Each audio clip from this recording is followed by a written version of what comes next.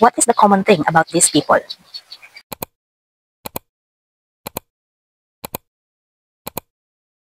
Tatlo dyan is about their exes, the cheating issue of their exes. While yung iba naman dyan is about the cheating and the anomaly and the scandal of the people in authority.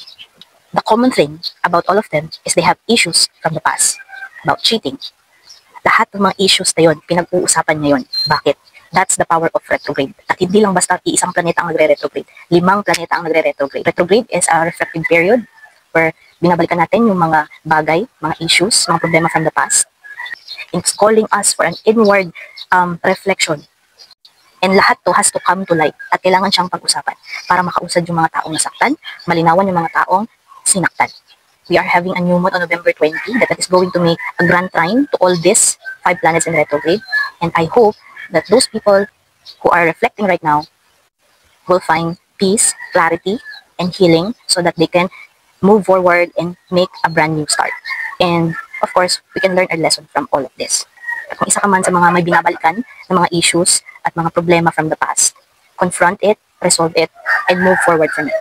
So that's all for today. Don't forget to like, follow, and subscribe for more.